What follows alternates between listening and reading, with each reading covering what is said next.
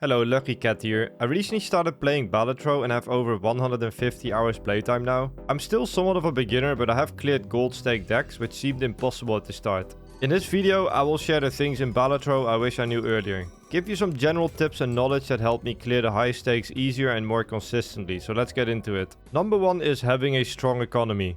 This sounds straightforward, but when you start the game, you don't realize how important money is, especially on decks that start with almost no money. With money, you can get interest, buy packs, improve your deck, get good jokers, and reroll for better options. Basically everything to have an all-round easier time. The best way to get good economy early on is focusing on jokers that generate value.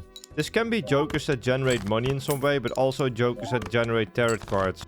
My personal favorite options are business card, to-do list, mail-in rebate, and hallucination. They often appear early into the shop and get you a lot of value. Once you find these jokers, you want to make sure to absolutely go out of your way to get all the value and money out of them, while still completing the blinds of course. This often means playing all your hands and using your discards to find the cards you need. Number 2 is card packs are also worth a lot of value. Card packs often have cards with seals, and I didn't think much of these packs at the start, but when you add those to your deck and actively look for them during your blinds, you can create free tarot cards, planet cards, and generate extra gold sometimes. Long term, this is worth more than a few dollars you spent on the packs early game, and it can help snowball games. But keep in mind you don't want to add too many cards to your deck, because it will be harder to find your winning hands. Once you find a couple seals, you are set, and you absolutely do not want to take every card from the card packs. Number 3 is don't overspend money on scoring jokers in the early game. When I first started, I bought every new joker I saw in the shop to up my points per round. And this is fine if you need to score, but usually you end up replacing the jokers a few rounds later anyways. And they didn't add much because I was already winning the blinds. So essentially I was just spending money for no good reason, and as a result I was losing interest early game.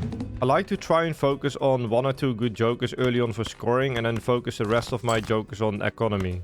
Do keep in mind, if you just start playing, you have to unlock all jokers first, so you have limited options. There is, however, an option to unlock everything instantly. Number 4 is to use tarot cards more efficiently by bringing the tarot cards into your blinds or before opening packs. For example, a fool card is great to use on something worthwhile like a hermit or death. Bringing a fool card into a tarot pack and finding a hermit means you can then copy it again with the fool and basically get 2 hermits. And this way you don't have to cramp up your consumable space because you want to free this up for the blinds. Another nice example is you can bring a suit changer into the blind and make a last moment flush or flush house or something like that to get the score and keep you alive. You can also keep tarot cards you don't like before opening packs so they don't appear in the packs you open.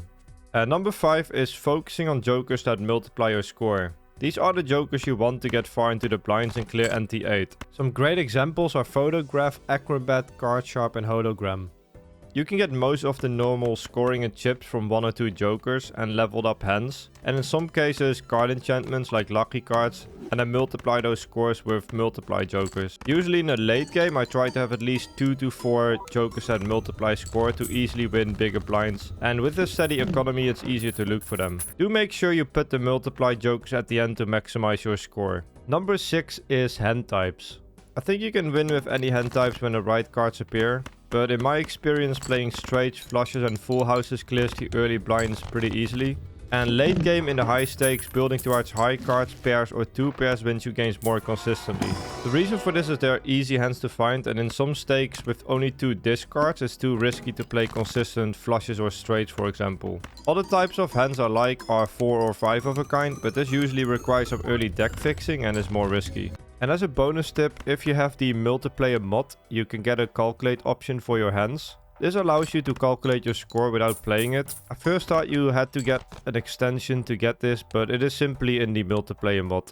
And these are my tips I wish I knew earlier in Balatro and carried me through the high stakes. Regardless of where you are with your Balatro journey, hopefully you learned something from this video. Let me know your thoughts in the comments. I will also do a follow-up video using these tips in a black deck gold stake run, so make sure to subscribe and thank you for watching.